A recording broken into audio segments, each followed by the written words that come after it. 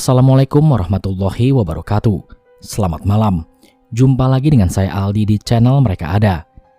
Dimanapun kalian berada, saya doakan semoga kalian dalam kondisi sehat dan selalu diberikan kemudahan dalam menjalankan segala aktivitas. Pada kesempatan kali ini, Mereka Ada akan berkolaborasi dengan Mas Rama Atmaja HCR. Cerita yang akan kami bawakan ini tentang sebuah teror pendakian di Gunung Asupan.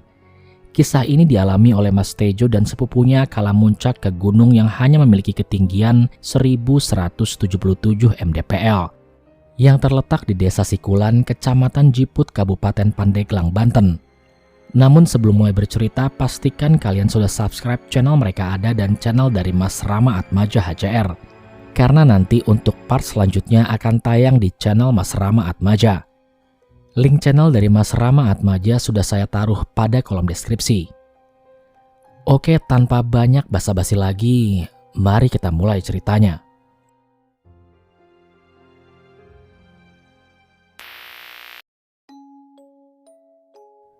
Kamis 1 Januari 2015, tanggal di mana aku mulai jenuh dengan kondisi dan keadaanku yang sekarang. Karena pada saat itu, aku resmi keluar dari pekerjaanku dan resmi menjadi pengangguran. Jenuh banget ya. Ucapku sambil scroll HP, lihat kontak dan lihat beberapa status update di Facebook. Saat sedang asik memainkan HP, tiba-tiba salah satu saudaraku yang bernama Upi mengirimkan pesan singkat. Telepon balik, gua nggak ada pulsa. Tulis dia di aplikasi pesan singkat. Halo Pi, ada apaan? Tanyaku pada Upi. Kasihan banget yang udah jadi pengangguran, ucapnya sambil tertawa kecil.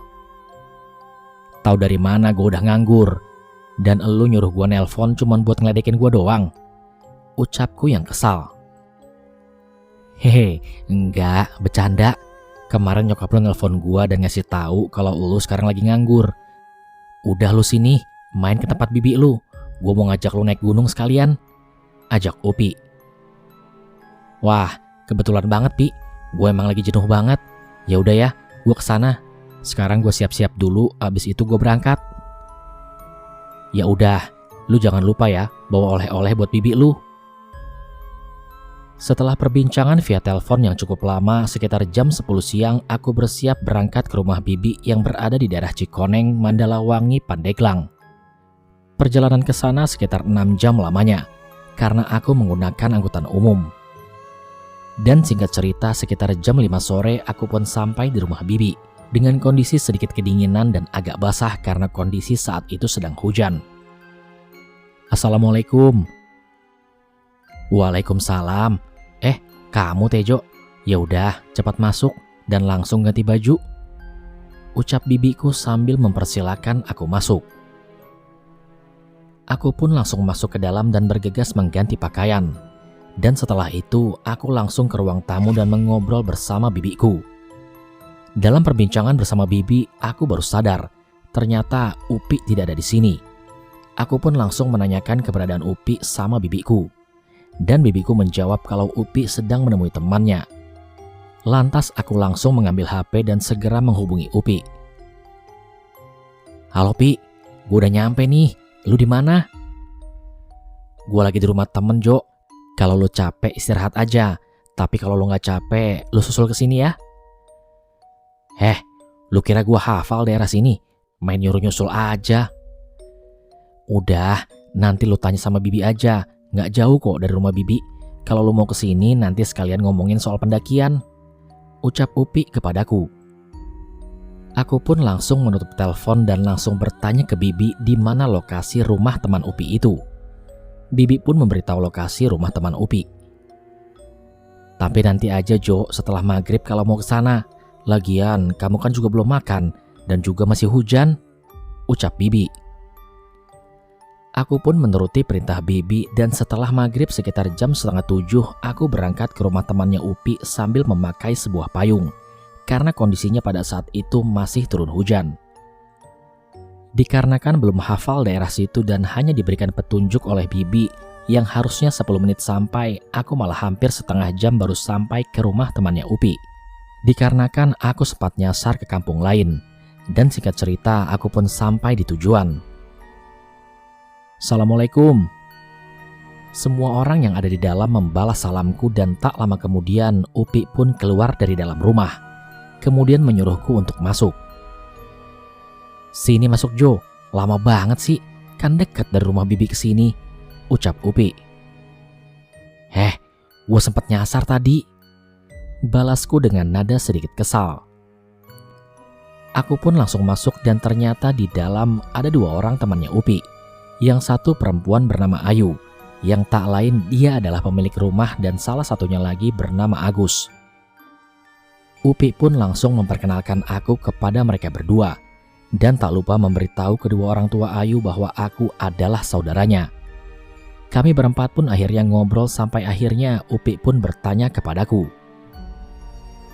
Lu yakin mau ikut muncak? Tanyanya dengan nada sedikit ragu. Upi bertanya seperti itu karena ia tahu kalau aku tak begitu suka dengan naik gunung.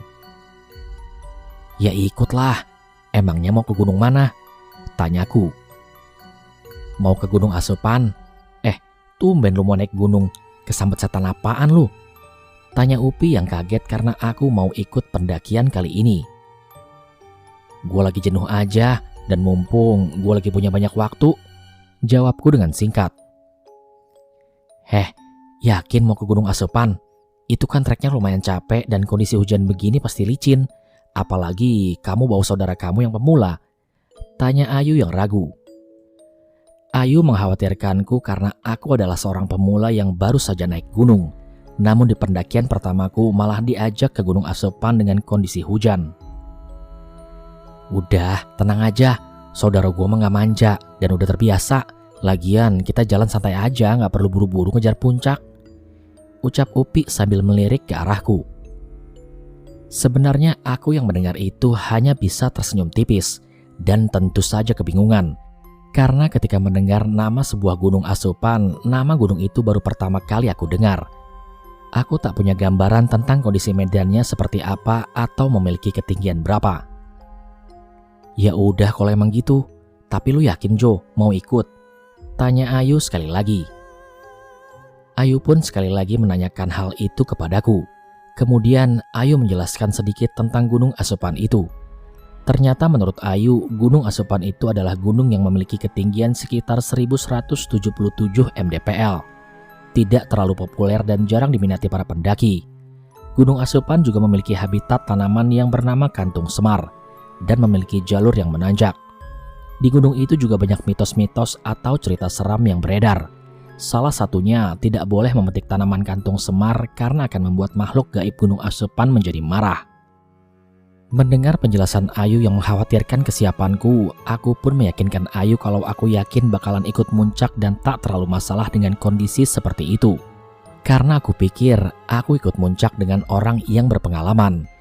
Dan soal mitos atau larangan di gunung itu, aku tidak terlalu khawatir. Karena niatku naik gunung hanya untuk menikmati alam. Lalu percakapan kami pun berlanjut membahas tentang hari apa kami akan berangkat. Dan kami mulai membagi tugas. Dan diputuskanlah kami akan mendaki pada hari Sabtu. Dan titik kumpul sebelum berangkat di rumah bibiku. Selain kami berempat, ternyata ada 2 orang lagi yang akan ikut mendaki. Orang itu masih temannya Agus dan Ayu juga. Nanti gue ngajak teman gue ya, biar makin rame dan makin seru, ucap Agus. Iya Gus, gak apa-apa.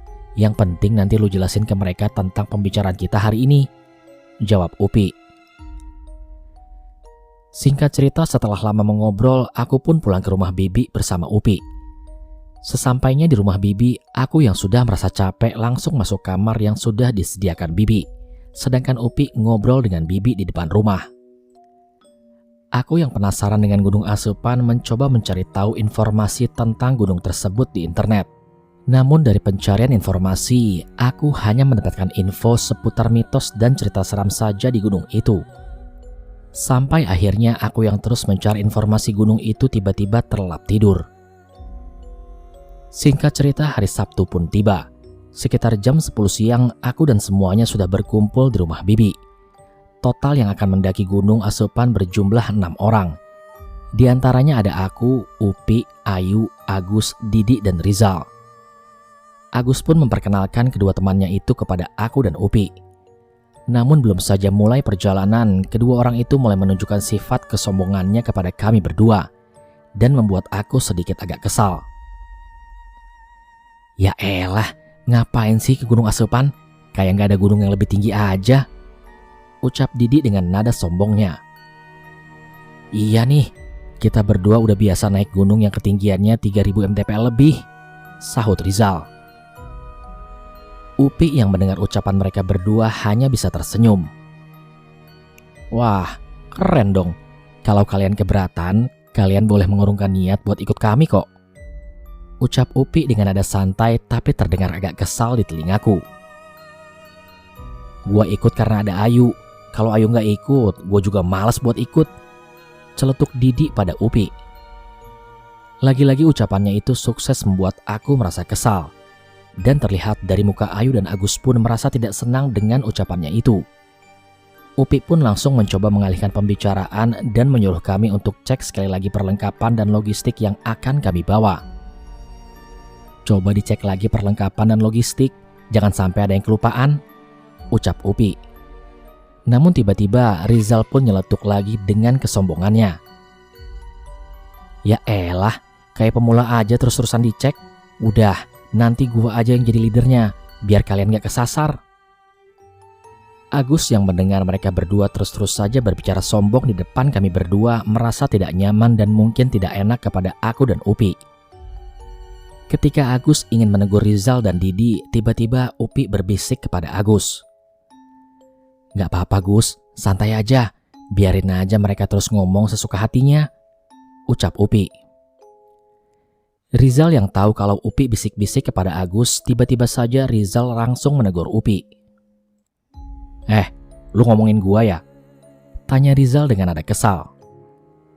Oh, enggak kok bang, jadi nanti urutan pendakiannya gimana?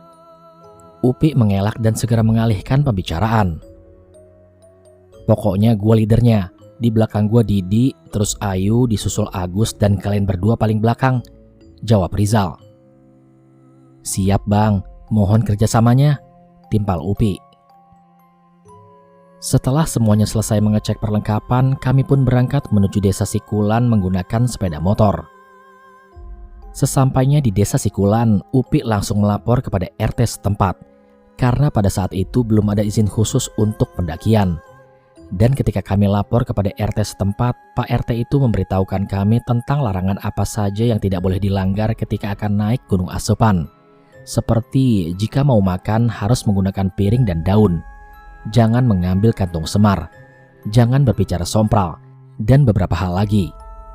Selain itu, Pak RT juga memberitahu kami bahwa cuma rombongan kami saja yang akan naik ke Gunung Asupan.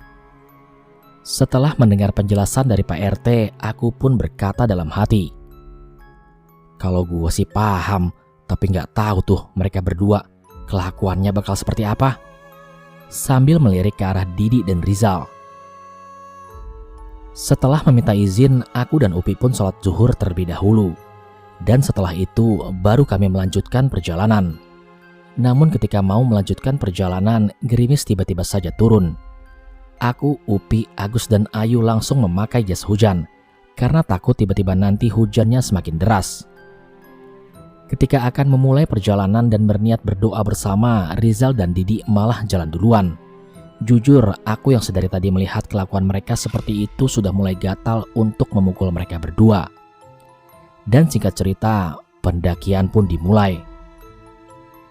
Awal perjalanan masih enak-enak saja, karena kami masih melewati rumah warga dan perkebunan warga. Namun Upi menyuruh Ayu dan Agus agar segera menyusul Rizal dan Didi. Kalian berdua susul Didi sama Rizal. Gua sama Tejo akan nyusul setelah kami mengisi persediaan air, ucap Upi pada Ayu dan Agus. Oh iya, sedikit info. Ternyata di Gunung Asupan itu harus ngisi persediaan air ketika masih berada di bawah. Karena ketika sudah di atas tidak ada sumber mata air. Dan karena itu juga alasan kenapa tas yang aku bawa tidak terlalu penuh dan bisa dibilang enteng. Pantes aja keril gue kosong, Ternyata disuruh buat bawa air dari bawah, ucapku pada Upi. Upi pun hanya bisa tertawa mendengar ucapanku itu. Setelah mengisi air, aku dan Upi pun melanjutkan perjalanan. Medan pendakian terasa berat karena selain menanjak, kami berjalan pada saat kondisi gerimis dan kondisi tanah yang becek. Hal itu membuat sepatuku terasa sangat berat untuk dilangkahkan karena banyaknya tanah yang menempel pada sepatu. Sepanjang perjalanan, aku mencoba untuk tidak mengeluh dengan medan yang sulit atau cuaca yang gerimis. Justru, aku merasa kesal dengan kelakuan Didi dan Rizal. Pi, lu gak kesal apa sama mereka berdua? Tanyaku pada Upi. Ya kesel lah, tapi mau gimana lagi? Makanya kita berdua jalan belakangan aja biar gak dengar ocehan mereka. Kita lihat aja sekuat apa mereka naik gunung ini, jawab Upi. Sepanjang perjalanan aku habiskan ngobrol dengan Upi, sampai akhirnya kami berdua bisa menyusul rombongan yang paling depan. Ternyata mereka sedang istirahat dan menunggu kami berdua. Dan lagi-lagi ketika kami sampai, mulut kedua orang itu mulai songong lagi. Lama amat jalannya, katanya bukan pemula, ketus Rizal. Ya udah yuk, lanjut lagi, timpal Didi. Mereka berdua kan baru sampai, kasih mereka istirahat dulu, baru kita lanjut jalan lagi, ucap Ayu pada Rizal dan Didi. Ayu lalu melihat ke arahku. Dia seperti khawatir karena aku adalah pendaki pemula dalam rombongan ini. Udah yuk, gak apa-apa, kita lanjut aja, gue masih kuat kok, jawabku pada Ayu. Kami pun melanjutkan perjalanan. Mulai dari sini, perjalanan mulai sangat menanjak dan hujan kini semakin deras. Aku pun harus merangkak dan harus berhati-hati, karena kalau terpleset dan terjatuh bisa patah tulang. Dalam perjalanan, sesekali Ayu menengok ke arah belakang. Sepertinya ia sangat mengkhawatirkan kondisiku. Sebenarnya aku merasa heran, yang saudara aku itu Upi apa Ayu? Kenapa yang khawatir banget sama aku adalah Ayu, sedangkan Upi boro-boro khawatir, malah terlihat sangat cuek dengan kondisiku.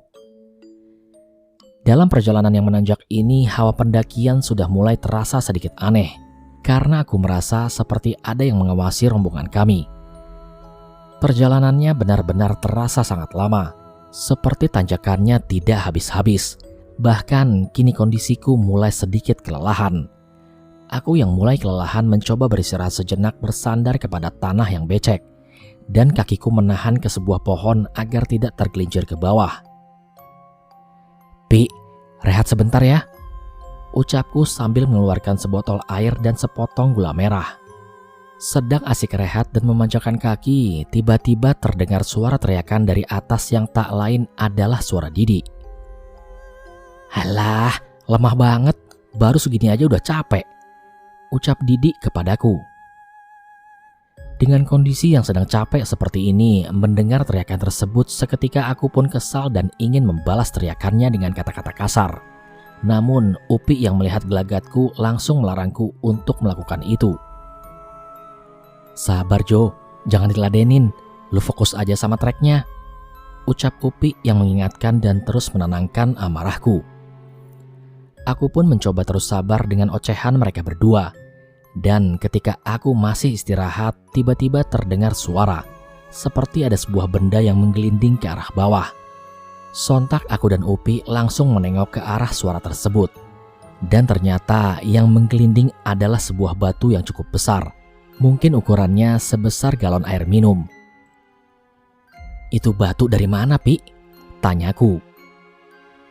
Lu lihat dan perhatiin ke arah atas, asal batu itu jatuh, jawab Upi sambil menunjuk ke suatu arah. Refleks aku pun langsung lihat ke arah atas. Dan ternyata di atas sana ada sesosok seperti manusia sedang memperhatikan rombongan kami. Namun sosoknya tidak terlalu jelas. Itu siapa, Pi? Itu rombongan lain? Bukan Jo, itu kayaknya penunggu di sini deh. Lagian kan kata Pak RT nggak ada pendaki lain kecuali kita, jawab Upi. Lalu Upi pun menyuruh aku agar segera bergegas meneruskan perjalanan lagi, karena ia memiliki firasat buruk jika kami terlalu lama di sini. Namun ketika aku mau lanjut berjalan, tiba-tiba ada teriakan dari atas sana. Yang tak lain teriakan dari Didi yang terpeleset dan jatuh ke bawah. Namun untungnya badannya sempat tertahan oleh sebuah pohon. Dan disusul teriakan histeris dari Ayu meminta tolong. "Gus, cepetan Gus, tolongin Didi." Agus mulai berjalan merayap menghampiri Didi dan mengecek keadaan Didi. Didi mulai berteriak panik. Gus, gua berdarah." Aku dan Upi yang melihat kejadian dan teriakan Agus yang berkata Didi mengeluarkan darah langsung buru-buru naik ke atas karena takut ada luka parah. Namun saat aku dan Upi sampai di lokasi Didi, tiba-tiba saja Didi tertawa terbahak-bahak dan Rizal pun ikut tertawa. Ketipu lu pada. Lagian lu jalannya lama sih. Makanya gua kayak gini biar lu pada cepat kesini nyusul gua. Ucap Didi sambil tertawa. Lah, terus itu darah apaan? Tanya Agus. Lu bego banget sih Gus. Mana ada darah encer kayak gitu. Itu tuh minuman gua. Jelas Didi sambil mengeluarkan botol minuman dan ternyata itu adalah sebuah sirup yang berwarna merah. Rizal, bercanda kalian gak lucu.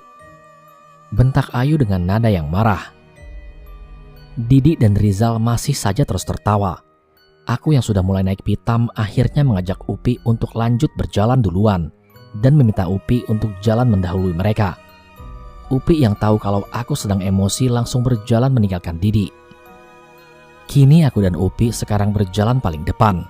Kami berdua benar-benar mempercepat jalan kami agar segera sampai di area tempat kami akan mendirikan tenda. Lama kami berjalan hingga jarak kami lumayan cukup jauh dengan rombongan yang ada di belakang. Namun tiba-tiba saja Upi berbisik kepadaku. Jo, lu udah tenang kan? Tolong jangan hiraukan atau menatap sosok yang ada di depan sana. Bisik Upi kepadaku. Tenang apaan? Masih kesel gua, Pi. Rasanya pengen banget gua jorokin mereka ke jurang. Emang ada apaan sih di depan? Tanyaku sambil melihat ke arah depan. Dan ternyata di depan kami ada sosok yang berambut panjang sedang duduk di sebuah batu membelakangi kami. Katanya batu itu dijuluki batu asahan. Itu yang tadi jatuhin batu dari atas. Kita jalan terus aja, seolah-olah kita nggak lihat dia. Bisik Upi dengan nada yang pelan. Aduh, ada-ada aja sih. Udah mah dibikin kesel sama kelakuan Didi dan Rizal, sekarang malah diganggu sosok setan penghuni di sini. Umpatku. Ketika kami mulai mendekati sosok itu, Upi pun langsung membuang muka ke arah yang berlawanan. Namun berbeda hal denganku. Aku justru malah menengok ke arah sosok itu. Dan sosok itu balik menatapku dengan senyuman sinis. Sosok itu ternyata memiliki wujud yang buruk rupa. Dan tubuhnya tidak memiliki kulit. Mulai dari leher sampai ke perut. Semuanya hanya tulang. Dan bagian tubuh yang ada di dalam semuanya kelihatan. Pi, badannya gak punya kulit. Jijik banget gua ngeliatnya. Ucapku pada Upi. Dan Upi pun menjawab. Goblok banget sih lu. Gua suruh jangan lihat, malah dilihat juga. Ya abisnya gue penasaran. Kali aja dia manusia. Aku dan Upi terus melanjutkan perjalanan. Di sisi lain sebenarnya aku mengkhawatirkan kondisi Ayu dan Agus. Yang aku khawatirkan mereka melihat juga sosok itu.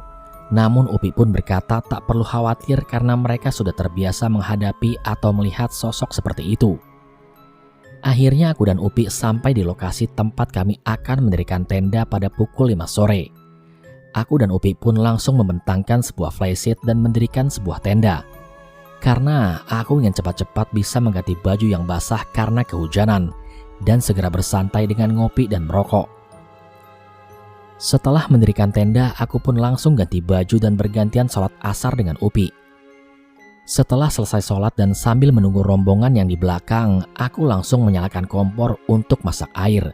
Sebenarnya aku ingin sekali masak untuk makan. Namun karena persediaan logistik yang lain dibawa oleh Ayu dan Agus, jadi aku dan Upi hanya bisa masak air untuk membuat kopi saja. Kondisi di area tempat kami mendirikan tenda benar-benar sangat sunyi, dan hanya terdengar suara hujan yang tidak pernah berhenti. Dan perlahan kabut pun mulai turun. Sambil asik menikmati kopi dan sebatang rokok di kondisi yang sedang hujan, semua kekesalanku terhadap Rizal dan Didi berubah menjadi tenang dan begitu tentram. Apakah mungkin ini langkah awal aku menyukai dunia pendakian? Ternyata naik gunung itu sensasinya seperti ini. Walaupun di pendakian perdanaku ini bersama dua manusia yang sangat sombong. "Gimana? Kapok gak lu naik gunung?" tanya Upi memecah kesunyian. "Enak ya Pi, cuman kesel aja gua sama mereka berdua." "Nah kan, baru ngerasain betapa nikmatnya naik gunung. Dari dulu juga kan gua sama Mamang udah ngajakin lu buat naik gunung, tapi lu nya aja gak pernah mau," ledek Upi. Tiba-tiba saja aku langsung teringat kepada rombongan yang ada di belakang kami. Kenapa sampai saat ini mereka masih belum sampai, padahal waktu sudah mau masuk maghrib. "Ayu sama yang lainnya kok belum sampai ya Pi?" tanyaku pada Upi. Lalu Upi pun menjawab dengan santai. "Udah, santai aja, bentar lagi mereka juga sampai." Mendengar ucapan Upi yang tidak mengkhawatirkan rombongan yang ada di belakang, aku pun lanjut ngopi dan terus mengobrol dengan Upi. Sebetulnya yang aku khawatirkan itu Ayu dan Agus. Karena selain Ayu adalah cewek sendirian dalam rombongan kami, aku kasihan juga sama mereka berdua. Karena harus bareng dengan kedua orang songong itu. Bahkan aku sempat punya pikiran, semoga saja Rizal dan Didi diganggu sosok yang aku lihat tadi. Dan tak terasa maghrib pun tiba. Aku dan Upi bergantian lagi untuk sholat maghrib.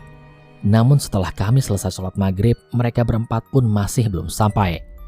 Aku yang mulai khawatir pun berencana untuk menyusul mereka ke bawah. Namun hal itu lagi-lagi dilarang oleh Upi. Tak tahu kenapa Upi tak merasa khawatir sedikit pun dengan kondisi mereka berempat. Mungkin kalau sebatas gak khawatir dengan Rizal dan Didi ya wajar saja. Namun selain mereka berdua masih ada Ayu dan Agus. Aku mencoba sabar menunggu mereka dan mulai menyalakan kompor lagi untuk membuat kopi. Sebetulnya perut sudah mulai keroncongan, tapi di tas yang aku dan Upi bawa hanya ada kopi dan beberapa cemilan saja. Hingga waktu terus berjalan, sampai akhirnya sekitar jam 7 lewat rombongan mereka masih belum muncul. Aku yang benar-benar khawatir dengan kondisi mereka memutuskan untuk menyusul mereka ke bawah. Walaupun Upi pasti akan melarang, aku akan tetap memaksa untuk menyusul mereka. Bergegas aku langsung memakai jas hujan dan mengambil sebuah headlamp.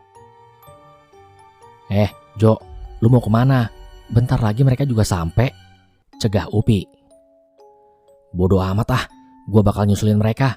Kasian sama mereka, hujannya gak berhenti-berhenti. Gue takut terjadi apa-apa sama mereka," jawabku pada Upi. Aku langsung keluar tenda, dan baru saja ingin berjalan, tiba-tiba ada sebuah cahaya tepat mengarah ke arahku. Dan ternyata cahaya itu adalah sebuah cahaya headlamp dari mereka berempat. Dan seketika ada suara tertawa dari dalam tenda. "Nah kan, gue bilang juga apa?" tawa Upi yang meledekku. Dan aku pun menggerutu kesal. Sialan banget, tahu gitu gue mending diam-diam aja di dalam tenda. Terlihat Agus dan Ayu segera menghampiriku. Lu berdua cepet banget sih jalannya, sampai nggak nungguin kita," keluh Agus. "Tahu nih, bukannya nungguin kita malah jalan duluan," timpal Ayu kemudian. "Ya maaf, bukan bermaksud begitu. Gua kira kalian gak terlalu jauh. Lagian gue kesal sama kelakuan Didi dan Rizal. Males kalau harus dengerin ocehan mereka," jelasku pada Ayu dan Agus. "Ya udah gak apa-apa Jo, gue ngerti. Ya udah, sekarang lu bantuin gue diriin tenda," pinta Agus yang kemudian bergegas mendirikan tenda. Aku langsung membantu Agus untuk mendirikan tenda kedua. Tenda ini bersebelahan dengan tenda aku dan Upi. Namun kali ini aku merasa sedikit aneh. Rizal dan Didi tidak berbicara sepatah kata pun. Aku berpikir mungkin mereka kecapean dan kedinginan. Sebenarnya aku tak terlalu memperdulikan juga. Wajar saja kalau kondisi seperti ini mereka tidak banyak bicara. Selesai membantu Agus mendirikan tenda, aku langsung masuk ke dalam tenda lagi dan tak lupa mengambil beberapa logistik yang ada di tas Agus dan Ayu. Saat aku masuk tenda, Upi hanya tertawa cengengesan melihat aku yang kehujanan lagi. Makanya kalau dikasih tahu sama yang tua itu nurut, ucap Upi sambil cengengesan.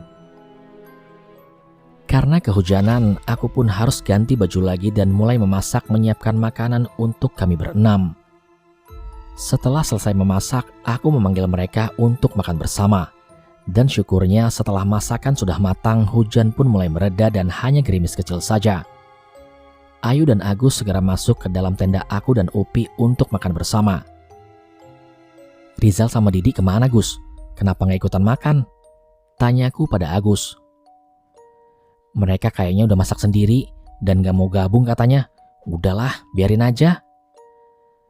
Mendengar ucapan Agus, aku tidak terlalu memperdulikan dan ada bagusnya mereka tidak ikut makan, karena jatah makan kami berempat jadi lebih banyak. Aku yang memang kelaparan makan dengan sangat lahap dan jatah yang seharusnya untuk Rizal dan Didi akhirnya aku yang makan. Ya maklum saja, kalau di cuaca seperti ini bawaannya lapar terus dan enak untuk makan. Setelah selesai makan, tak lupa aku mengambil sebatang rokok lalu membakarnya. Ketika asik menikmati rokok, aku pun spontan membuka obrolan kepada Ayu dan Agus, yang tentu saja membuat mereka terkejut. Kalian berdua ketemu sosok rambut panjang gak pas ngelewatin batu? Tanyaku pada Ayu dan Agus. Gak boleh ngomong gitu, nanti aja ceritanya kalau sudah turun gunung, ucap Ayu. Upi pun hanya tertawa mendengar pertanyaan yang aku tanyakan kepada mereka berdua. Namun aku yang tak mengerti apa-apa pun bertanya lagi.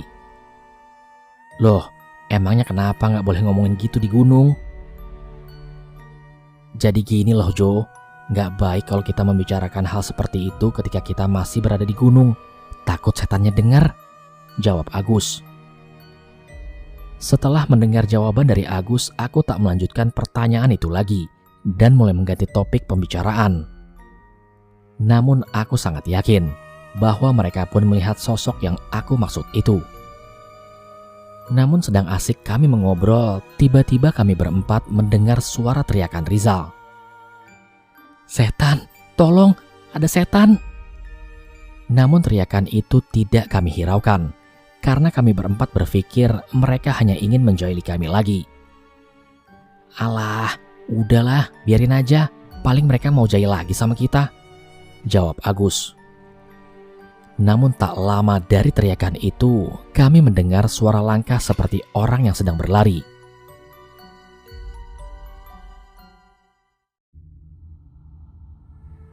Tak lama dari teriakan itu, kami mendengar suara langkah seperti orang sedang berlari. Dan tiba-tiba, Didi langsung masuk ke dalam tenda kami, sampai-sampai menumpahkan beberapa gelas kopi. Agus dan Ayu yang sudah sangat kesal dengan kelakuan mereka berdua langsung memaki Didi. Lu kenapa sih? Dari tadi rusuh mulu. Gua malu ya lihat kelakuan lu berdua, ucap Agus yang marah-marah. Tahu nih, ngaku pendaki handal, tapi kelakuan kayak bocah, timpal Ayu. Anehnya Didi tidak merespon omelan Agus dan Ayu. Dia hanya bersembunyi di belakang Agus sambil menutupi matanya dan bilang kalau di tendanya ada setan. Aku yang melihat Didi yang benar-benar terlihat ketakutan sempat berpikir kalau apa yang diucapkan Didi mungkin ada benarnya. Dan Rizal masih berteriak minta tolong. Mungkin Upi pun sepemikiran denganku. Dia langsung keluar dari tenda dan menghampiri tenda Rizal. Aku hanya melihat dari kejauhan. Setelah Upi masuk ke dalam tenda Rizal, suara teriakan minta tolong Rizal pun langsung berhenti. Namun suara teriakannya itu berubah menjadi suara cacian kepada Upi. Brengsek ya lu berdua, pasti di antara kalian berdua ada yang bawa jimat ya, sampai-sampai gue diganggu sama demit sini, maki Rizal pada Upi. Aku yang mendengar cacian itu pun langsung menghampiri tenda Rizal. Dan saat mau masuk, Rizal pun kembali mencaci lagi dengan cacian itu mengarah kepadaku. Nah, ini nih yang pasti bau jimat, dasar bocah sialan. Dan tiba-tiba saja Rizal mengepalkan tangannya dan berniat ingin memukul wajahku. Namun secara refleks Upi menghentikan pukulan itu. Melihat kelakuan Rizal yang sudah ngaco dan mungkin sudah melewati batas, Upi pun mulai marah dan kesal dengan kelakuan Rizal. Dari tadi kelakuan lu berdua masih gue sabarin, tapi kelakuan lu kali ini udah kelewat batas. Kalau lu gak senang sama kita berdua, nanti kita selesaikan setelah turun dari Gunung Asupan, ucap Upi dengan nada marah. Ayu yang mungkin mendengar perdebatan kami datang menghampiri kami bertiga. Lu kenapa sih, Zal? Bukannya introspeksi diri malah nyalain orang. Wajar aja lu diganggu setan sini. Lu berdua gak bisa jaga mulut di gunung ini dan melanggar aturan yang ada di gunung ini kan? Dari awal gue udah gak terlalu senang kalian ikut pendakian ini. Kalau bukan karena Agus yang ngajak, gue males banget ikut pendakian ini sama kalian berdua, maki Ayu pada Rizal dan Didi. Lu cewek diam aja yuk. Ini urusan gue sama mereka berdua. Lu gak perlu ikut campur yuk. Agus malah memarahi Ayu yang ikut nimbrung dalam perdebatan itu.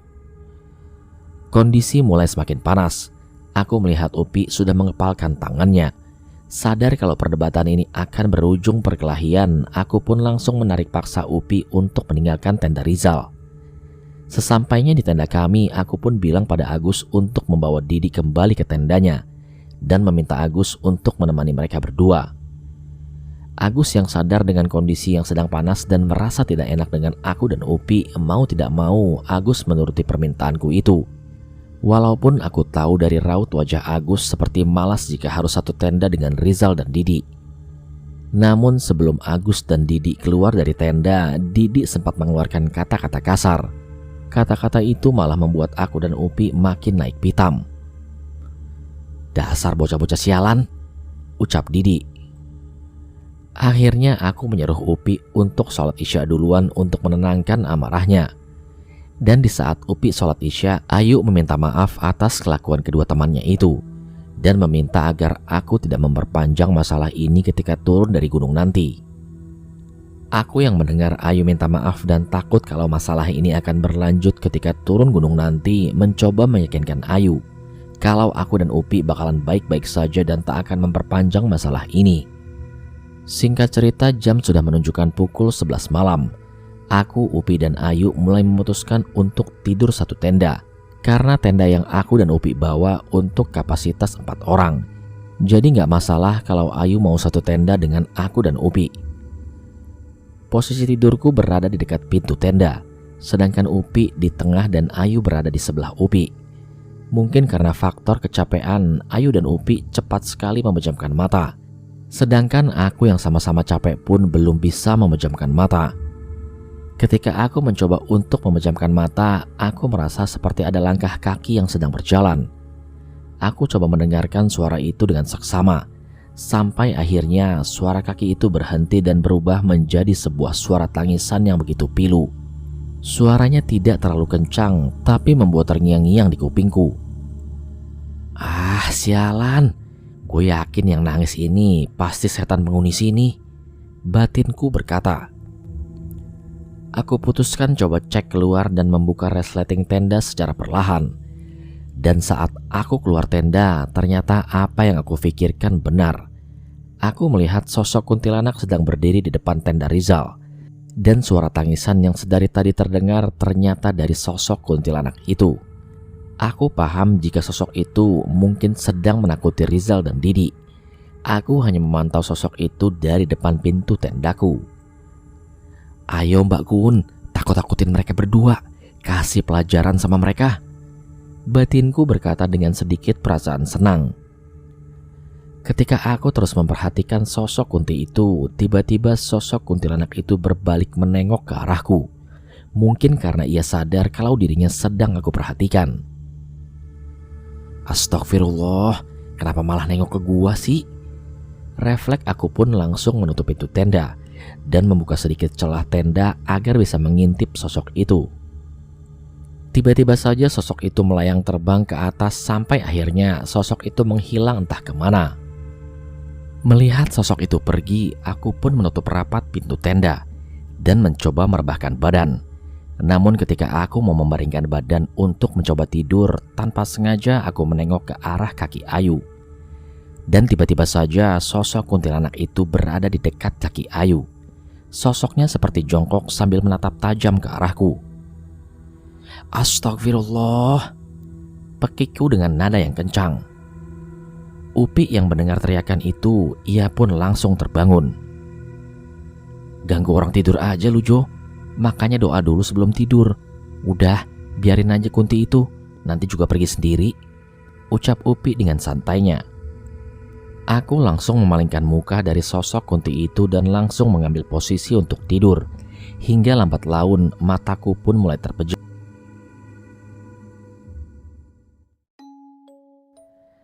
Sekitar jam 5 subuh, Upi membangunkanku dan bertanya apakah aku mau ikut summit. Sebenarnya aku malas untuk summit karena aku ikut naik gunung bukan puncak yang aku kejar. Tapi karena Upi memaksa, aku mau tidak mau menuruti permintaan Upi. Sebelum berangkat summit, aku sholat subuh terlebih dahulu dan tak lupa untuk sarapan. Yang ikut summit cuman aku, Upi, Ayu, dan Agus. Sedangkan Rizal dan Didi katanya ingin di tenda saja. Aku yang tahu bahwa kedua orang itu tidak ikut, merasa sedikit senang. Cuaca pagi itu lumayan cukup cerah dan bersyukur sepertinya aku bisa melihat sunrise ketika ada di atas puncak. Dalam perjalanan, aku pun bertanya kepada Agus tentang kejadian semalam. Gus, lu semalam ngerasa ada yang aneh gak? Tanyaku pada Agus. Bukan aneh lagi, tapi semalaman gue digangguin terus sama penghuni gunung ini. Gua tuh belum tidur sebenarnya dari semalam sampai sekarang, jawab Agus. Oh gitu, gua kira cuman gua aja yang digangguin dan diisengin sama sosok Kunti. Lu kenapa gak pindah ke tenda kita aja sih kalau lu terus-terusan diganggu? Tadinya sih gua mau pindah, Jo. Cuman pas gua buka tenda, ternyata di depan tenda udah ada sosok Kunti itu lagi berdiri. Ah, pantas. Itu Kunti terus ada di depan tenda lu, ternyata dia jagain lu biar lu gak berani keluar. Udah, jangan bahas begituan lagi. Sebaiknya setelah selesai muncak kita segera turun aja. Gue punya firasat buruk kalau kita makin lama di gunung ini, ucap Ayu memotong pembicaraan. Perjalanan menuju puncak benar-benar cukup melelahkan. Walaupun jaraknya tidak begitu jauh, tapi jalannya menanjak dan itu membuat aku mudah sekali kelelahan. Di tengah perjalanan, Upi sempat memberitahu aku tentang tanaman kantung semar. Dan singkat cerita, kami sampai di puncak. Sesampainya di puncak, aku benar-benar terharu melihat keindahan alam yang begitu mempesona. Dan ini baru pertama kalinya aku melihat sunrise dari atas puncak gunung. Benar-benar sebuah pemandangan yang tak bisa diungkapkan dengan kata-kata. Mungkin sekitar 1 jam kami berada di puncak. Hingga akhirnya aku dan yang lain pun memutuskan kembali ke tenda. Dalam perjalanan turun ternyata lebih sulit daripada naik. Karena jalurnya yang licin dan cukup curam malah membuat perjalanan harus berhati-hati sekali. Di pertengahan perjalanan turun menuju tenda, tiba-tiba kami berpapasan dengan Rizal dan Didi dengan wajah yang sedikit gugup ketika melihat kami. Namun ada hal aneh dari mereka. Yang awalnya mereka sombong, kali ini mereka ramah dan baik. Sebenarnya aku bersyukur mereka bersikap seperti itu. Namun aku merasa ada sesuatu yang disembunyikan dari sikap baiknya itu. Lu berdua mau ke puncak? Tanya Agus pada Didi dan Rizal. Iya Gus, abisnya kita gabut, jadinya mau nyusul kalian, jawab Rizal dengan gugup dan seperti menyembunyikan sesuatu. Ya udah, kalau mau ke puncak tapi jangan lama-lama, biar kita bisa cepat turun, karena takut hujan lagi, timpal Ayu. Ah, nggak jadilah, gue kira kalian masih lama di puncak. Ya udah kalau gitu, ayo turun, jawab Didi. Mereka berdua mempersilahkan kami berempat untuk jalan duluan, sedangkan mereka meminta agar berada di paling belakang. Keanehan Rizal dan Didi tidak terlalu kami pikirkan. Kami mengiranya mungkin mereka sudah sadar dengan kesalahannya. Sesampainya kami di tenda, kami langsung membereskan semua perlengkapan dan tak lupa membawa sampah ikut turun juga. Kondisi cuaca kini awan sudah mulai mendung, sepertinya akan turun hujan lagi. Ketika semua sudah di-packing, tiba-tiba kabut turun dan mendadak turun hujan sangat deras. Melihat kondisi seperti itu, Upi menyuruh membentangkan flysheet untuk tempat kami berteduh. Kenapa nggak nanti aja sih hujannya pas sampai di bawah? Keluhku melihat kondisi seperti ini. Namanya juga alam, Jo, nggak bisa diprediksi. Ya udah, nikmatin aja. Siapa tahu hujannya cuma sebentar. Jawab Upi merespon keluhanku. Ketika sedang berteduh di bawah flysheet, aku seperti melihat ada yang terbang dengan sangat cepat dalam pekatnya kabut. Aku berpikir kalau itu hanya halusinasiku saja. Namun tiba-tiba Upi menginjak kakiku dan dia menatap tajam ke arahku, seperti mengisyaratkan ada pertanda buruk. Upi bilang ke teman-temannya yang lain untuk segera mendirikan tenda lagi, karena yang dikhawatirkan hujannya lama berhenti, dan malah membuat kami makin kedinginan kalau harus berteduh seperti ini. Namun usulan itu ditentang oleh Rizal dan Didi. Mereka bilang kalau hujannya mungkin sebentar lagi akan berhenti, dan kalaupun tidak berhenti, mereka meminta agar tetap lanjut berjalan turun. Usulan untuk terus jalan dengan kondisi hujan yang begitu deras justru banyak yang tidak setuju. Karena selain jalannya licin, kabut pun semakin lama semakin menebal. Akan sangat berbahaya kalau memaksakan untuk melanjutkan perjalanan. Sekitar 1 jam lebih kami berteduh. Tiba-tiba Rizal dan Didi mulai melangkahkan kaki berjalan untuk turun. Lu berdua pada mau kemana sih? Nanti aja turunnya, nunggu hujan reda dikit. Dan kabutnya juga masih tebal, cegah Ayu pada Didi dan Rizal. Udah, kalian neduh aja, gua harus cepat-cepat turun karena ada urusan lain, balas Didi.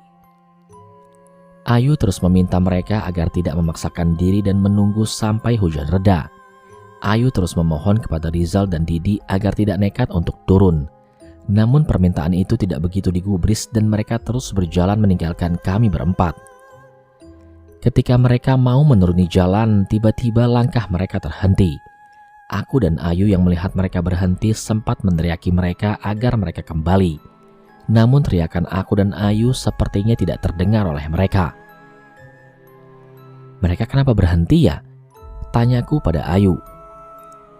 Gak tahu Jo, kayaknya mereka melihat sesuatu deh. Coba Jo, lu samperin mereka gih, pinta Ayu. Aku pun berjalan ke arah mereka.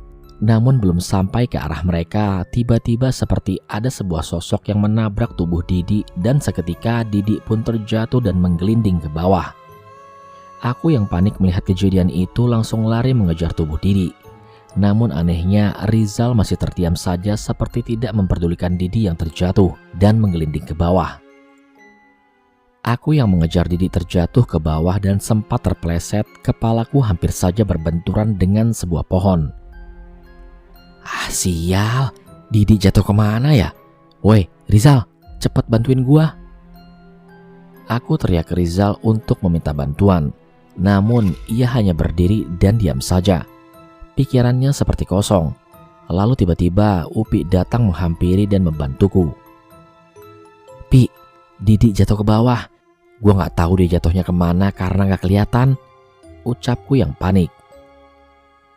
Udah jangan panik Jo, nanti kita cari Didi. Sekarang kita amanin Rizal dulu, ucap Upi.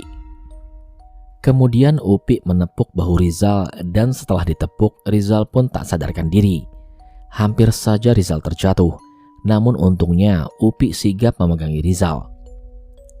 Karena kondisi hujan yang sangat deras dan walaupun jaraknya dekat, aku dan Upi harus menyeret Rizal ke arah tempat kami berteduh. Upi langsung menyuruh Agus dan Ayu untuk mendirikan 2 tenda, dan aku pun membantu mereka berdua. Setelah tenda jadi, Rizal dibawa masuk ke dalam tenda, dan Upi meminta Agus agar menggantikan baju Rizal. Namun tiba-tiba Agus berteriak dari dalam tenda. Pi, cepat masuk Pi. Kakinya Rizal memar parah. Ketika Upi akan masuk ke dalam tenda, Rizal pun berteriak kesakitan. Aduh, kaki gua panas. Ayu yang mendengar jeritan kesakitan Rizal tiba-tiba saja menangis. Lu berdua ngelakuin hal konyol apa sih? Kenapa pendakian sekarang malah jadi begini? Ucap Ayu sambil menangis. Suasana saat itu sangat kacau.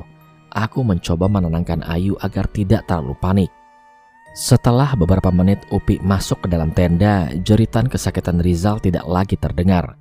Kemudian Upi menyuruh aku dan Ayu agar masuk ke dalam tenda juga. Gue gak bisa menjelaskan apapun saat ini, tapi gue minta lu semua jangan pada panik. Yuk, Gus, lu berdua jagain Rizal ya.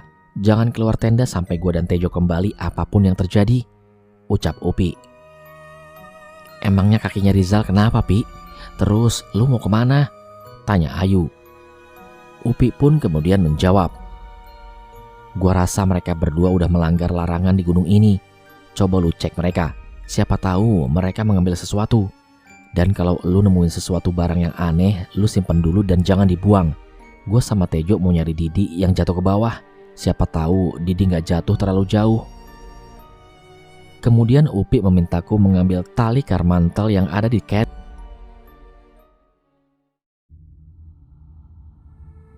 Ketika aku dan Upi mau ke titik lokasi di mana Didi terjatuh, aku melihat sosok nenek-nenek dengan wajah yang begitu menyeramkan. Setengah dari mukanya hancur. Ia menatap tajam ke arahku dan Upi. Sosok itu pun berbicara kepada kami berdua. Kembalikan barang yang telah mereka bawa. Lancang sekali datang ke wilayahku, berani mencuri benda pusaka yang berada di sini, ucap nenek itu. Maafkan atas kelakuan mereka dan kembalikan satu teman kami lagi. Aku berjanji akan mengembalikan pusaka yang mereka telah curi, jawab Upi pada sosok nenek itu. Mereka berdua akan aku jadikan budak atas kelancangan mereka, ucap nenek itu dengan nada yang marah. Lalu sosok nenek itu terbang menghampiri tenda. Namun Upi langsung mengambil sebuah batu kecil. Terlihat Upi seperti membacakan sesuatu kepada batu itu, lalu kemudian melemparkannya ke arah nenek itu. Dan ketika batu itu mengenai sosok si nenek itu seketika langsung menghilang. Aku hanya bisa melongo melihat kejadian itu. Kemudian aku dikagetkan dengan suara Upi yang memintaku agar segera mengikatkan tali karamantel kepada sebuah pohon. Lo tunggu dan jagain tali ini jangan sampai lepas ya. Gua bakalan turun untuk nyari Didi ke bawah, pinta Upi kepadaku. Mungkin waktu pada saat itu sekitar jam 11 siang. Tapi seperti terlihat akan mau maghrib. Ditambah lagi dengan kabut yang turun dengan sangat pekatnya. Upi melakukan persiapan untuk menuruni tebing demi mencari Didi yang belum ditemukan. Ya, memang aku akui Upi itu bukan hanya hobi naik gunung saja. Akan tetapi hobinya itu dibekali dengan ilmu-ilmu tentang pendakian. Jadi ketika ada hal seperti ini, ia tahu harus melakukan apa. Setelah persiapan Upi selesai, Upi pun turun ke bawah. Aku hanya ditugaskan untuk berjaga dan menunggu Upi. Waktu terus berjalan. Entah sudah berapa lama Upi turun ke bawah, sampai-sampai badanku kini sudah dingin parah. Dalam kedinginan aku menunggu Upi, tiba-tiba sosok nenek-nenek itu muncul lagi di depanku dengan jarak 5 meter. Terlihat nenek itu tersenyum sinis kepadaku. Ah, sial, malah muncul lagi itu nenek. Lepaskan tali itu. Mereka berdua sudah mati jatuh ke jurang. Nenek itu terus memprovokasi agar aku melepaskan ikatan tali karmantel itu. Aku pun hanya bisa berdoa dan membaca beberapa surat yang aku hafal dalam hati. Namun nenek itu tidak mau pergi juga. Dan tiba-tiba saja salah satu dari tangan nenek itu pun terjatuh. Mau ngapain sih lu, Nek? Hujan-hujan gini mending di rumah aja. Gak baik main hujan-hujanan. Mana tangannya tiba-tiba putus lagi. Batinku saat itu. Tangannya yang terjatuh itu tiba-tiba saja merayap ke arahku. Dan ketika mau mendekat, tiba-tiba aku refleks menendang tangan itu sambil berteriak. Jangan ganggu gua, nenek sialan. Setelah aku menendang tangan itu, satu tangannya lagi pun ikut terjatuh dan mulai merayap ke arahku. Dan untuk kedua kalinya, tangan itu aku tendang lagi. Setelah aku tendang dan menengok ke arah nenek itu, ia pun tertawa. Dan kedua tangannya kembali utuh. Lalu nenek itu mulai mendekatiku secara perlahan. Namun baru bergeser beberapa sentimeter, tiba-tiba nenek itu terbang menghilang seperti ketakutan melihat sesuatu. Alhamdulillah, pergi juga. Tak lama dari kejadian itu, tiba-tiba Upi pun kembali. Gua udah nemuin Didi. Kondisinya lagi pingsan dan gua rasa ada beberapa tulang yang patah. Terutama pada kakinya. Gue gak bisa bawa dia ke atas karena cuacanya lagi hujan kayak gini. Lah, terus gimana? Dia bakalan selamat gak? Tanyaku pada Upi.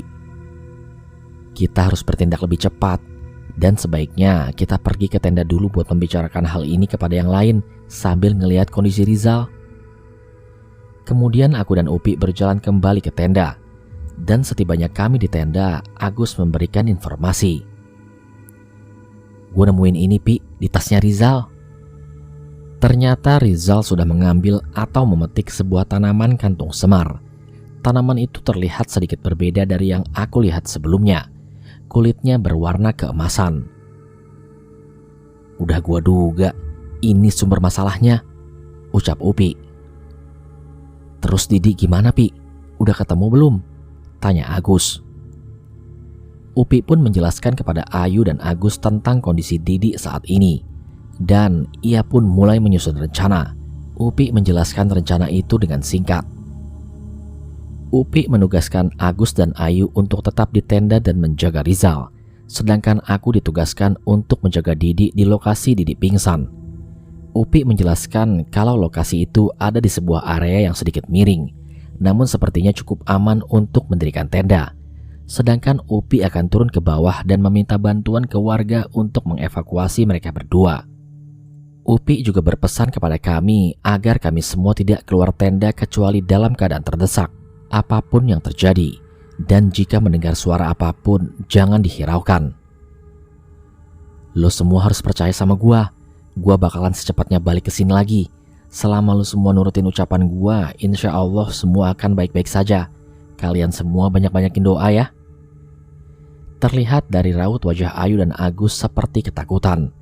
Entah kejadian apa yang mereka alami ketika aku dan Upi tidak berada di tenda tadi.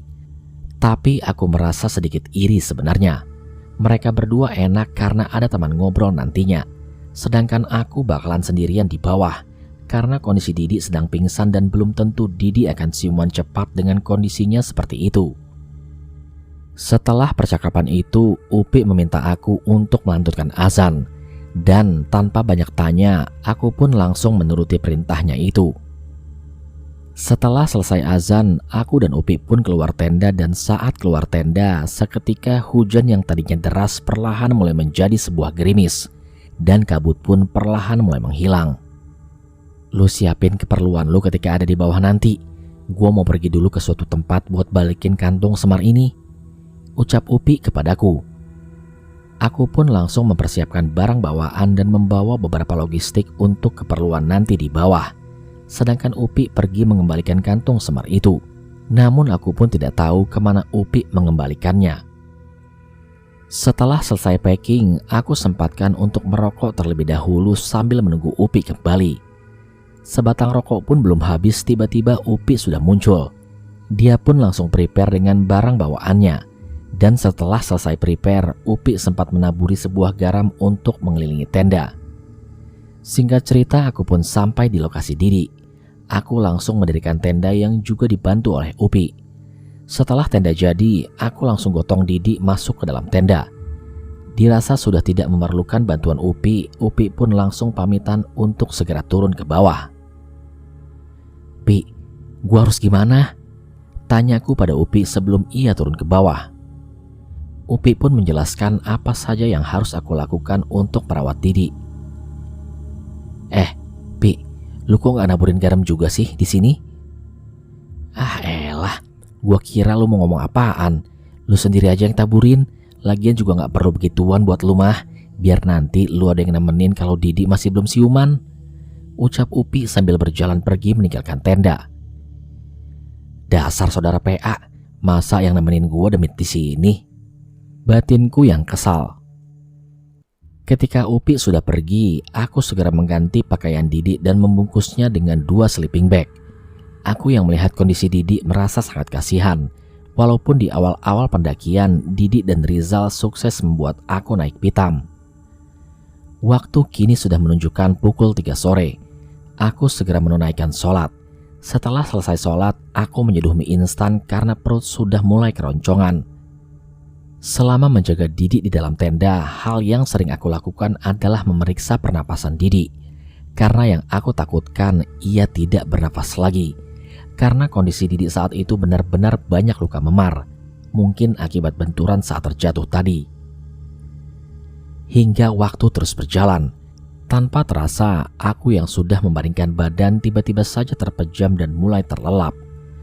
Singkat cerita, aku terbangun dan ketika melihat jam, aku kaget karena ternyata sudah jam 8 malam. Bergegas aku langsung bangun dan berniat untuk melaksanakan sholat terlebih dahulu. Namun saat aku menengok ke arah Didi, aku dibuat kaget karena melihat Didi melotot ke arahku. "Astagfirullah, lu udah sadar, Di?" Namun Didi tidak menjawab. Dia hanya mengedipkan matanya. Sumpah, melihat Didi yang hanya bisa melotot, aku merasa seperti sedang menjaga orang yang sekarat.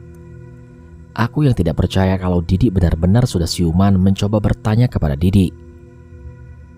"Di, kedipin coba mata lu sekali, kalau lu beneran Didi yang asli." Pertanyaan konyol itu muncul dari mulutku hanya untuk memastikan. Karena yang aku takutkan adalah sosok yang ada di sebelahku ini bukanlah Didi yang asli, melainkan adalah setan. Dan Didi pun mengedipkan matanya satu kali. Melihat Didi mengedipkan matanya, dari situlah aku mulai yakin kalau Didi memang sudah siuman. "Gue sholat dulu ya, Di. Setelah sholat, nanti gue bikinin teh hangat dan makanan buat lu," ucapku pada Didi.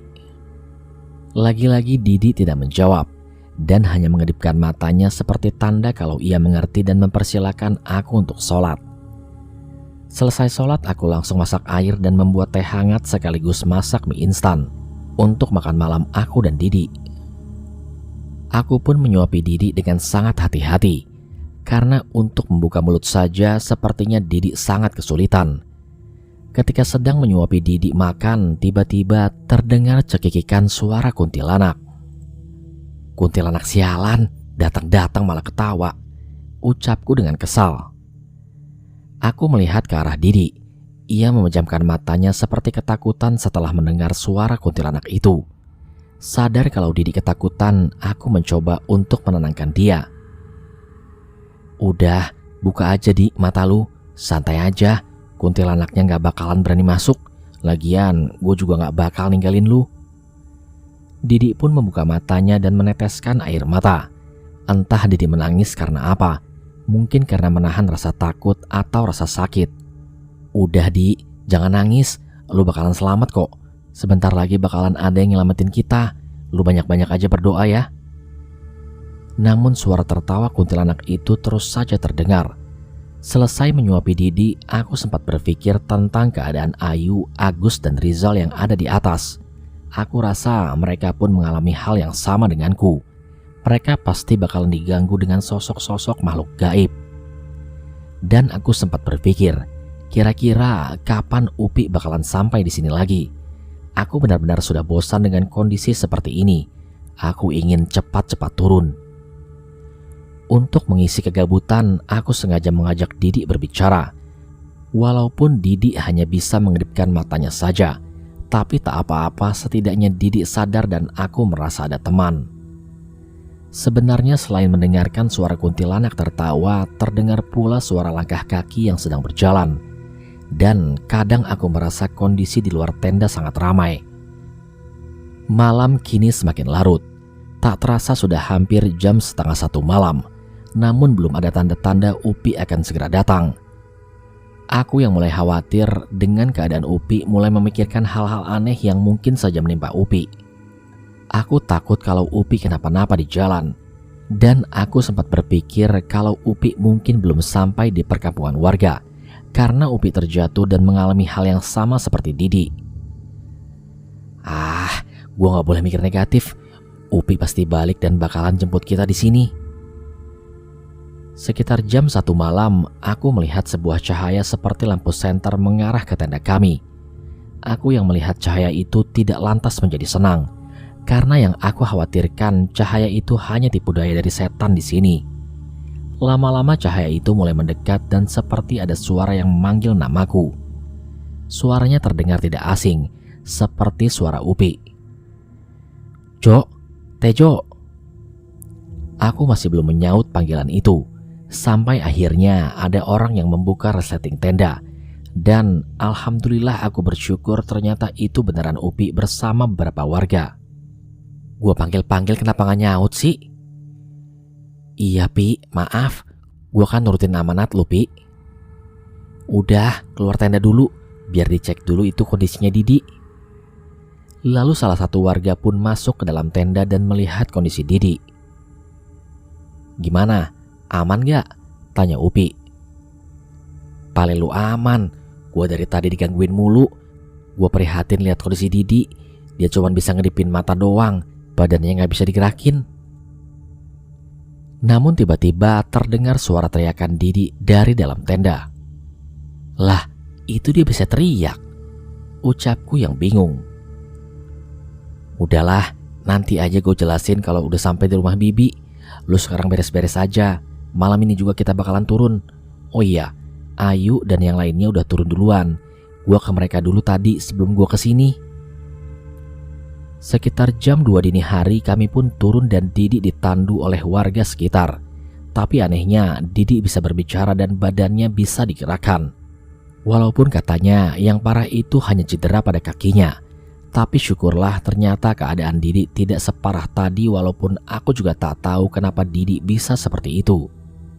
Sebelum berangkat turun, Didi sempat berterima kasih kepadaku sambil menangis. Dan sesampainya di pemukiman warga, mereka berdua langsung